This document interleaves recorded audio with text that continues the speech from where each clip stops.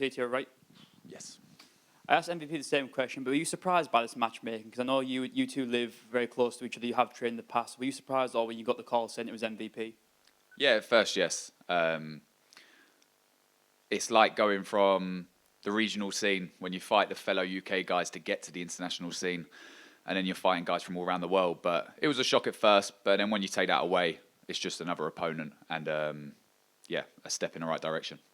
And you're on a 4-fight finish streak, all in the first round. MVP has proved to be a very hard man to finish in the past. Do you believe this is a fight that you can get the finish, or do you believe this is more likely to go 3 rounds?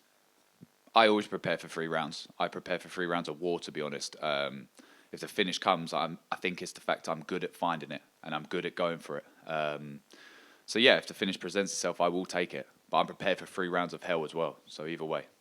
I know you have a lot of respect for MVP, but he's got a big name, a big platform, and a win against him will do wonders for your career. Do you believe a win against him could see you catapult into the top 15 next? Yeah, definitely. He's in the top 15. If I go out there and beat him, I should be taking that spot. And yeah, he's one of the best to come out of the UK, so all respect to Michael Page, but Saturday night, that all goes out the window, and it's about just taking him out.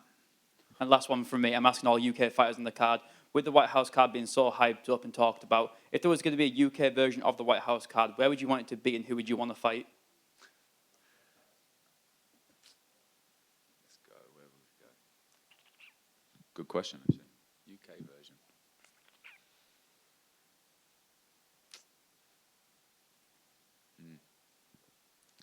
Let's go in Watford.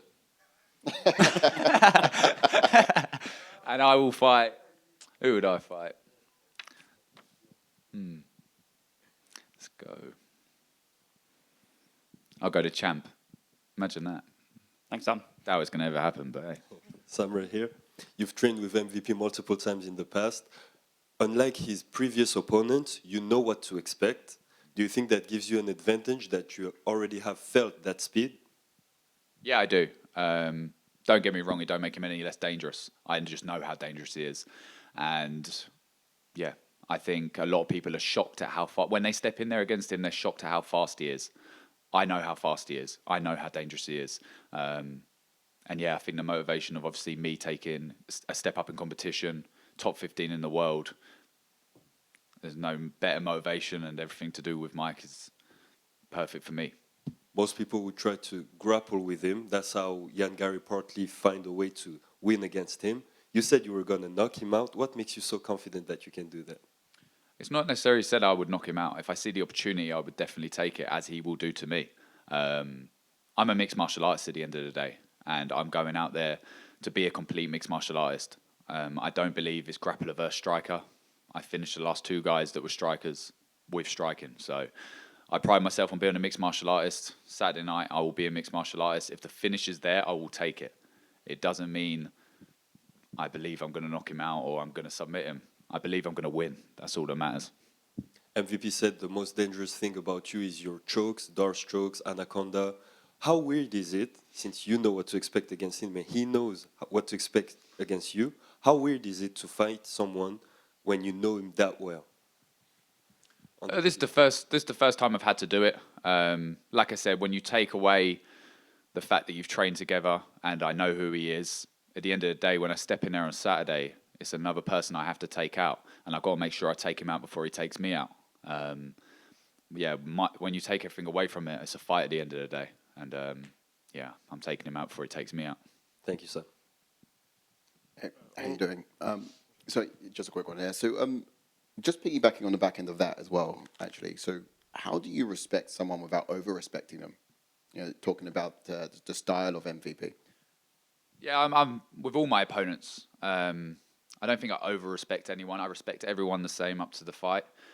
And when I step in there, that's it. Respect goes out the window. My job's to take them out. Okay. It's not necessarily a particular problem, just another opponent for you. Yeah, opponent and style. When you take that, everything that comes around from it, everyone's saying about we knowing each other. It's Michael Page. We're both from the UK. You take all that away. It's 2 styles in there that one of us have to go out there and beat the other, and that's what I'm focused on.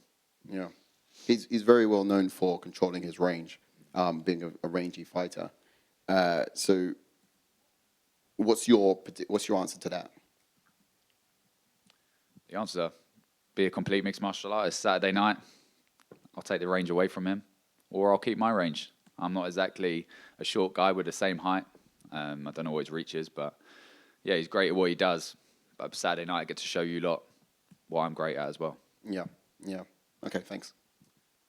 Okay, so you fought previously at 155, been on a tear since you moved to 170. Michael Venom Page, he has been fighting at 185. Do you think he might have some physical advantage, or you think you will have just more energy not having to cut as much weight? To be fair, I'm not too focused on what he's got to deal with. I feel great at welterweight. It was the best decision I ever made. It took something to go wrong for me to change it. And it's been the best decision I ever made for my life and my career. And that's all I'm really focused on. And if you get the win on Saturday, what would be next for you?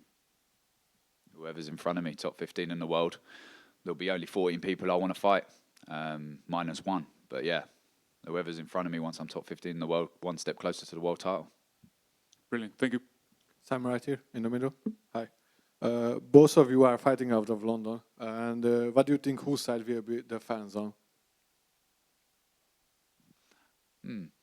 I think they're just in for a great fight. Obviously, Michael is more well known in the UK, so he can have more fans. Regardless, when the job's done, I will still have more fans and the same amount of fans, regardless. So, And if you say he's well known, what do you think with a big finish or a big win, biggest win of your career, your hype will goes up? yeah, I think he's one of the best to come out of the UK. I go out there and finish him. I think we start talking about me being one of the best to come out of the UK. Thank you and good luck. Sorry, hi Sam, just over here. So many people, when they get in there with MVP, are sort of confused by his style and everything. Do you think you're probably the person who's gone in there for the first time with him who has the most advantage, given that you've seen some of the looks he presents when you've trained together? Yeah, potentially, but he could come out and shoot a double leg on me, so who knows? It's my job as a mixed martial artist to take him out, regardless of his style, what I've experienced before. Again, where I was when we were training together, I was helping him with the Ian Gary and the Kevin Holland fight. That was, 2 years ago? The person I was 2 years ago, I would kill that guy. So I've made improvements. I'm a better fighter. So if he's done the same thing, it could be a whole new thing. Yes, he's very unique and does what he does very well. Probably the best at doing what he does. But Saturday night, I'm a complete martial artist. I will show him what I can do. Do you also, just going off what you just said there, do you think that the fact that you are such a different fighter now to the person he sparred then, do you actually think that actually works in your favour as opposed to giving him an advantage, given he's trained with you as well? What's the question? What is the actual question in there? As in, do you believe that you actually have an advantage in this situation because he would have seen a look from you, but you are a completely different fighter to what you were 2 years ago? Whether advantages or whatever, doesn't bother me. I'm more focused on what I'm doing, my improvement, me becoming a world champion. So if it gives me advantage Saturday night, I'll fucking take it. All the best. Sorry about language.